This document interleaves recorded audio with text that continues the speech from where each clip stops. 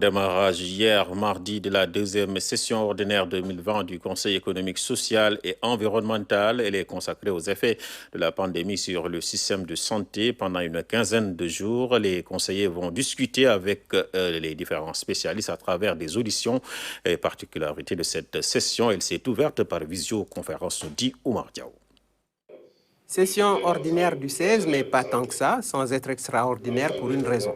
L'ouverture s'est faite par visioconférence. Effet de la pandémie de la COVID-19 sur le système de santé au Sénégal.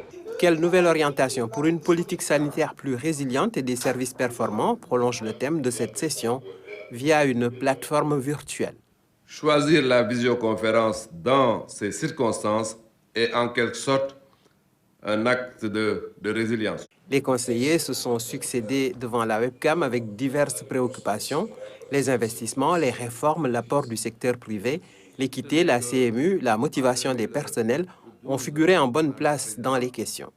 Les cas graves et le dépistage ont aussi longuement été abordés. Nous testons les cas suspects, nous ne le testons pas systématiquement.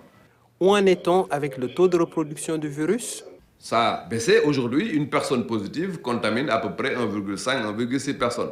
Le ministre a zoomé sur cette étude internationale qui a placé le Sénégal au deuxième rang mondial dans la riposte. Cette distinction du Sénégal comme deuxième au monde a beaucoup intégré la dimension transparence dans l'information. Cette session va durer une quinzaine de jours. Les auditions d'experts sont prévues. Dans ce laps de temps, elles permettront aux spécialistes d'éclairer l'opinion des conseillers sur la gestion de la pandémie.